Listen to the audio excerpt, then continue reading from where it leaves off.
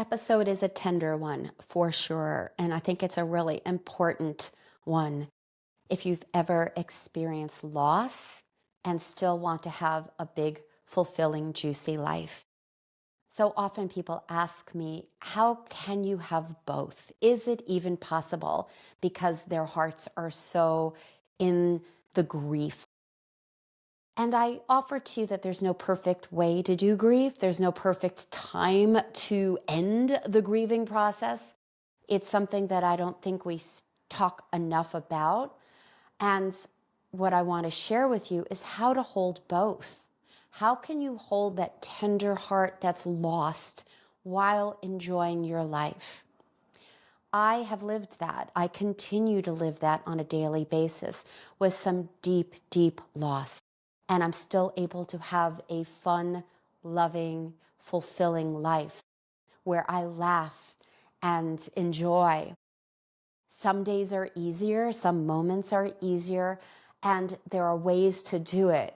And I wanted to share with you some of the ways to hold and navigate those two realms that as human beings we often face. You know, to live fully, you will be losing, the more people in your life, the more love you have, the more risk of somebody leaving, somebody dying. And we can get hit really hard, right? We can get hit really hard. And even if it's not the loss of a friend or a family member or somebody significant, maybe it's a loss of a house that burned down, or maybe that there's a loss of a pet or a job. There's so many different flavors of loss, and when it hits, it hits.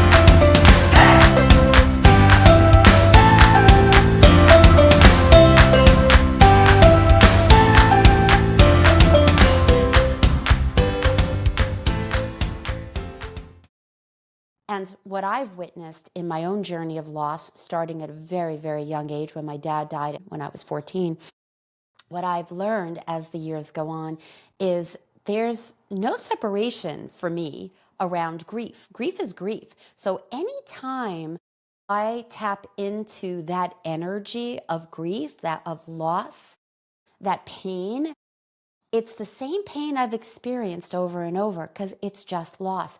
And sometimes it feels even bigger sometimes because it's adding on to all the different losses I've had in my past.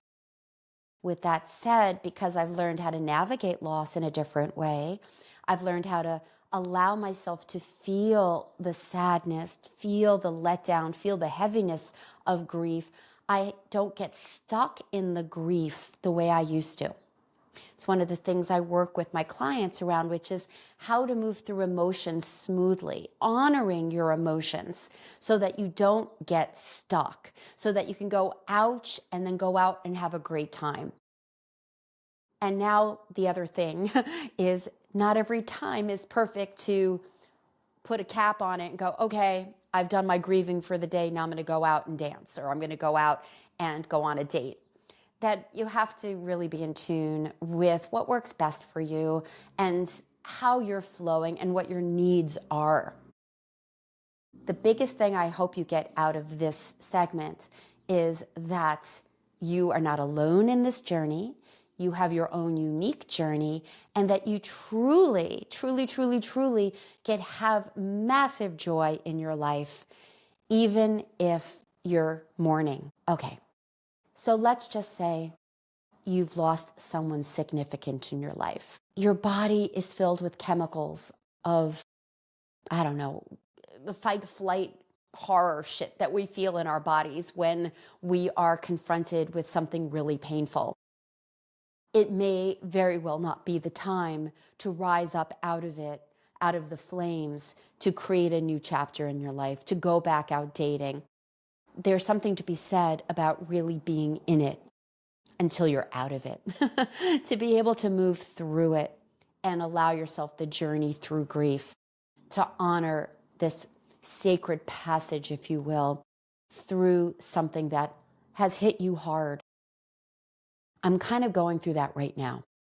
I get choked up even saying this.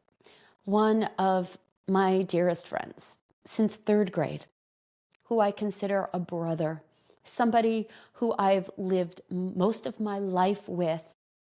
He's part of my family, my inner circle, is on his deathbed right now. And there are so many moments throughout the day, including this moment, where I feel so much sadness around the fact that he's not going to be here soon. And interestingly enough, or not even interestingly enough, this journey of letting him go has been over 4 years, because the last 4 years has been one thing after another, showing me that he's not going to be here that long. And there have been many times when I didn't think he'd make it through the day, and he's still here, but he's also not here. And so the depth of my grief right now is huge.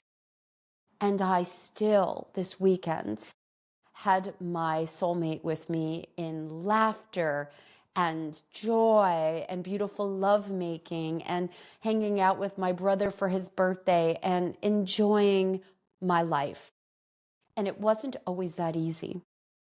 And there are moments that aren't so easy, but I've learned how when you can give your sadness, your anger, your fear a voice, and you have the tools to massage it and allow it to flow, you get to the other side of the river much faster. You don't get stuck in the wave of the fast running river and feel like you're going to drown. Because that's what grief sometimes feels like. It feels like you're drowning. And sometimes you might feel like you're drowning, and sometimes you might need the life preserver to just take a breath, and you may not be ready to get out of the water yet. And that's okay. That's okay. And you can have the grief and the joy at the same time if you allow yourself to flow through the emotions. So how do you do that? How do you do that? Well, first, let me say, from one human to another, it ain't easy sometimes. We've been told that grieving looks a certain way, that you're supposed to act a certain way, that if you don't cry or if you're not devastated, that you must not have loved enough. Well, fuck that shit. Right there, I'm going to say there is no perfect way to grieve. Tears don't mean you've loved somebody more than somebody that isn't crying. I invite you to remember that you have your own personal relationship to loss. And what is it that you're wanting when it comes to your life? How do you want to be in your life? How do you want to experience your life? So that's something to ask yourself right now. Do you want to stay in the depths of despair and just be stuck there and feel like you're never going to get out because that's a testament to your love? Or might you want to go, ouch, I'm losing somebody, or I've lost somebody so dear to me. I'm going to miss them. And how do I experience their loss and honor their memories and still even talk to them out loud like I do to some of the people that have passed on, so I stay connected to them while I continue on my life journey? So this topic can touch on a lot of different things here. And one of them is what we've been taught grief looks like I said, what being a good human being looks like. And the biggest thing I want to just highlight right now is, and this might be a little confronting, are you attached to being a victim? Now listen, people think of that word victim and it's a hot word. There's a lot of belief around victim. And what I think is there is healthy victim and unhealthy victim. So what the heck is healthy victim? Why would you want to be a victim? Well, it's not about being a victim. It's about allowing yourself to know something happened and you didn't have control over it up to a certain point. If somebody dies, you didn't have control over it. And you might go, ouch. I was victim to this experience. Doesn't mean that you are identifying as a victim. You can identify and take a moment and go, yeah, right now I feel like a victim. This happened and I'm feeling out of control and it is painful. I think that's healthy victim, where you can go, ouch, this just happened and I didn't have a choice. Now, unhealthy victim is, this happened to me. I didn't have a choice. And I'm going to just keep telling this story over and over, how I've been victimized. And this is where it gets tricky, because what if something really horrible happened to you, like a rape or abuse in some way, and you are feeling like a victim to what happened in the past? And what does this have to do with grief? It's the same friggin' thing. How you view one thing is how you view everything. It's the thoughts that create your reality. So what are you thinking about what happened in the past? Well, my husband beat the shit out of me. Not mine, but let's just say that's your reality. My husband was emotionally abusive to me. My father used to rape me. Whatever happened to you, yes, you were victim to that. And I don't want to take anything away from that experience, because it happened. It happened. And my heart goes out to you that you had that in your life. The thing I want to point to is, what's the story that you might be holding on to about that? And are you clinging to the I am a victim and I could never let it go because it happened to me and now I'm stuck in the I was abused. That's my identity. Because I offer to you is, if you identify with something that happened to you, you will continue to be in that place of victimhood and stuckness and be unable to rise up into a different realm of fulfilling, living, joyful life. So this is tricky, right? This is tricky. So something happened to you in your life and you're feeling the pain of it. Now ask yourself, are you still in that experience? Are you holding on to that experience? Are you still in the, I could never move forward or be happy again because of this experience? Now let's go back to the grief. I use that as an example, but let's come back to the grief. Years ago, when I was 14, and many years to this point, I have lost some of the closest people in my life, starting with my dad when I was 14. And for a long time, I had the story of I was abandoned by my dad. He could have tried harder, which is such BS, belief system, BS, bullshit, because he had fucking cancer and he was so sick and his body didn't make it. But the story I had was, he could have tried harder. If he really loved me, he would have tried harder. If he truly loved me, or if I was a better daughter, ouch, ouch, ouch, then maybe he would have stayed and fought more. And I held on to this for the longest time, until I found shadow work, which is the work that I do with people, where I blasted through that story and saw how I was holding on to that I was victim. And now I have to be so careful never to be victimized again. I never want to be left again. I never want to be abandoned again like I was from my dad. That was the setup for having relationships where I walked on eggshells and I tried so hard not to rock the boat so that I wouldn't be victimized again. Can you see how the belief of what happened in the past created my reality in those times of old relationships? It wasn't until I found out in the early 2000s how I was continuing the victimization of that experience with my dad. And, fuck you, God, I broke up with God. How could you have done that to me? Feeling like God victimized me as well. So we get stuck in the stories and we get stuck in these realities because we don't see past it. We can't see past it until we do. And so there's where you are now with, ouch, I just lost a partner, or I just had a breakup, or my dear friend is on his deathbed. And how do I have life at the same time? So there's no black and white answer here. There's no easy peasy way to do this.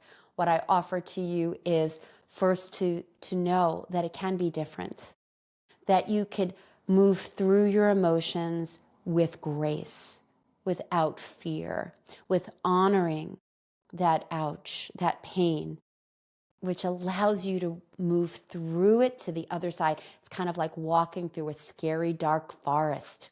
You don't want to get stuck in the forest. Scary sounds, and maybe you don't have a flashlight and it just feels so horrible. But if you think you have to stay there, what is your reality going to be like? So what do? Well, first acknowledge that you're in a scary, dark forest, that it doesn't feel good, that you're feeling pain and you want something different for yourself. The next thing I'm going to tell you after a short commercial break. Hang in there. We'll be right back. The second thing, while you're in the scary, dark forest, is to remember you're in a scary, dark forest. Somehow you got stuck in there. Somehow you got put in there. And you can go around in circles. You could sit under a tree and cry. You could feel like you have no choices. Or you could look up at the sky and look at the stars or the moon and follow the stars out of the forest, because the forest ends at some point. And you can walk slowly through the forest because you know that there are lessons there, that there are things you have to experience before you get to the other side. And that would be honoring your loss, feeling what you need to feel, getting the support, knowing that there is another side. And then you could start walking faster, because maybe it's a full moon suddenly and there's light from the moon and you're able to see the surroundings better. You're able to see the trees and you can walk faster and you have more hope. You're more inspired to get out of the friggin' forest and get into that field of beautiful wildflowers. Maybe there's a part of you that's not sure what's on the other side, which also keeps you stuck. That's another piece of this puzzle, which is sometimes we stay in the painful place because we, on some level, think the other option might be worse. Like, what if I actually leave the forest and I fall off a cliff and then I die? These are all metaphors, but at the end of the day, this is what's happening in the unconscious mind. And so I ask you, if you can have a life that is filled with joy and wonder and magic and ease and flow and love, would you truly want it? And I can tell you the answer is yes. If you say no, there's just a lot of stuff keeping you in the dark forest. I offer to you that as a human being, your soul craves that full, aligned, juicy connection to all that is. Okay? So there you go. But here's the thing. If in the unconscious mind, there's that fear of what is outside the forest, or at least I know this territory and at least I know this pain, I could just stay here and be victimized over and over and over because at least I know this territory. Do you want that? And I will offer to you, you don't. But on an unconscious level, you're in protection mode, you're in safety mode, and that's okay. There's a part of you that thinks this is the best course of action, that you really need to stay where you are because you're in danger of experiencing more pain. And let's be real, if you've had a lot of loss in your life, opening up your heart to new love can seem really risky, because love is risky. There's no guarantee that the person you're with will stay healthy and go the distance with you. It's true. It's very true. You do not know what's coming. And that's where it gets tricky. And so, when I work with people, we look at what it is you truly desire and give yourself as much leeway with your dreams that you can. Because sometimes that fear is going to limit you and you may not even be able to lean into what you would love to have happen because the other stuff is so loud, keeping you right in your uncomfortable zone. They call it a comfortable zone, but it's only comfortable because you know the territory. It's friggin' uncomfortable. But entering into the mystery of what else is on the other side can be uncomfortable too. Human beings, Mexican jumping beans. Human beings do not like the unknown. We are wired to make sure we don't enter into the mystery because the mystery can throw us off and can throw us curveballs, and it can be worse. It can be. We don't know what's coming. How scary.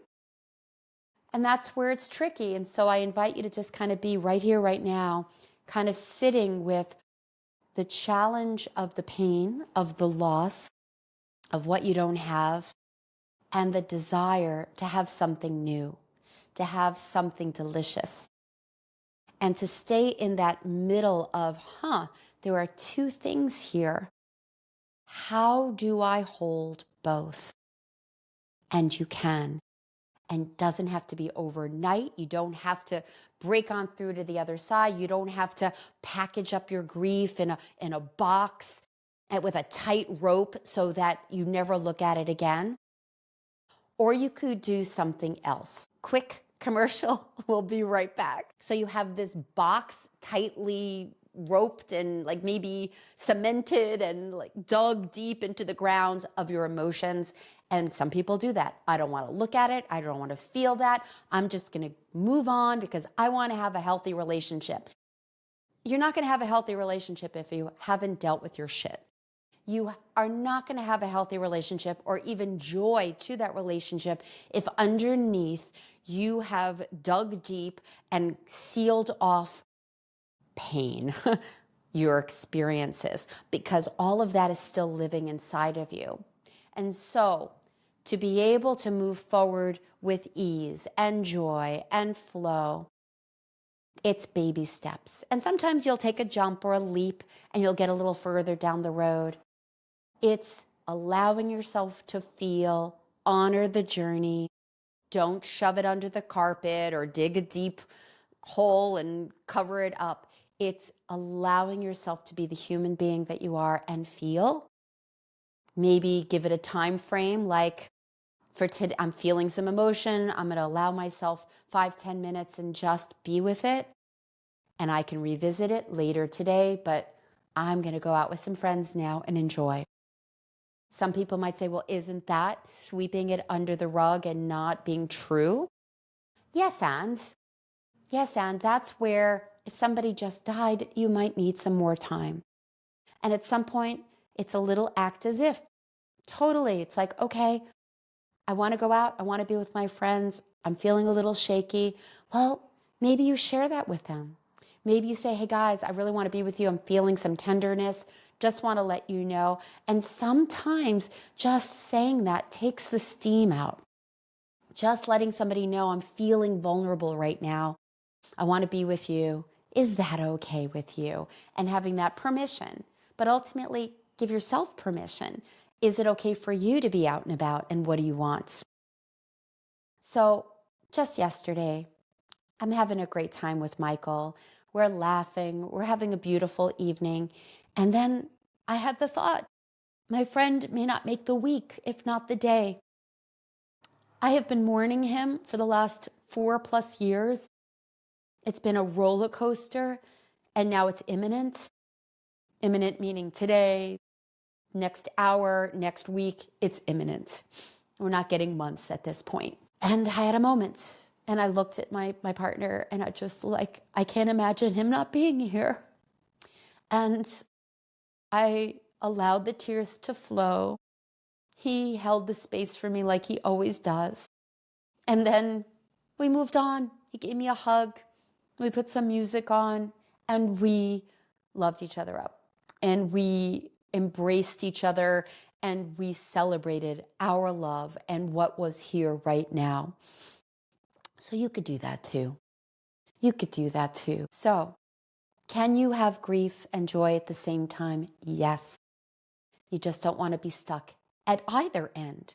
Because a lot of times people get stuck in the joy. I just want to make the best of my life. I'm not going to look at the negative stuff. I'm going to just think positive. You ever hear that? Positive thinking, positive thinking. I'm not going negative. I'm not going to do the anger or the fear. And I will offer to you, that's a spiritual bypass. I'm going to not look at the monster in the corner, look away, and just be positive. Then my life is going to be great. But again, that is not being authentic or real. It's just not, because there's a huge piece that you're denying in your life, a huge piece of who you are. Life is not about joy. Life is not about having fun all the time. We would love that, but it's not about that. It's about everything. It's such a gift to be a human being. And when you can truly allow yourself to feel the sadness, it's absolutely beautiful.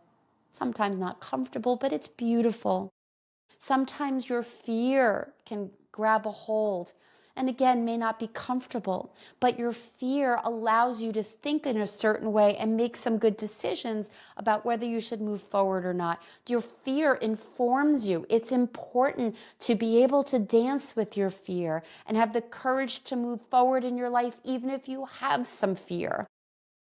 Same thing for your joy. It's wonderful to feel happy and to have your dreams. We just don't want to be attached or latch on to one thing, because then you're missing out on all the other aspects of being a human being. One of the metaphors people have used, or analogies, I always forget which one's which, but the piano has 88 keys. If you're only playing 4, 5, or 10, you're missing out on all the other keys. Or think about the rainbow. If you're only focused on the yellow and the red and the orange, you might be missing out on the indigo and the blue and the purple, or whatever other colors are in the rainbow. And you might go, yes, but indigo feels so good. And it does. Dreaming and being intuitive and trusting your gut and all that yummy stuff with the upper chakras. Yay. But being embodied, feeling pleasure, enjoying the journey, and allowing yourself to be human and not to disconnect from your humanity. You can do it. Trust me, if I can do it, you can do it. And if you need some help with this, if you're looking to shift some stories or have more joy and ease and flow in your life, that is my specialty. You can grab a session with me in the show notes. We can hop on Zoom and really look at how many keys on the piano are you playing and what might you be missing out on and why. And honor that why, because there's probably a part of you that's really scared to venture out into the other keys, to believe that there are more colors in the rainbow, to be able to stretch that comfort, uncomfortable zone and enter into the unknown. And so that's a choice. So to pull this all together, you can hold it all. You can flow through all of this and have a spectacular, fun, wild ride in life with the highs and the lows. And at the end of that roller coaster of your life, you look back and you go, I lived. I fully lived.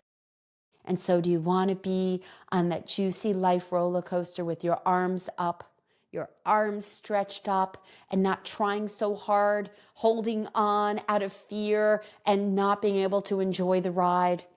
Do you want to end that ride with your arms up and going, wow, I opened up my heart fully and I experienced life? It's there for you.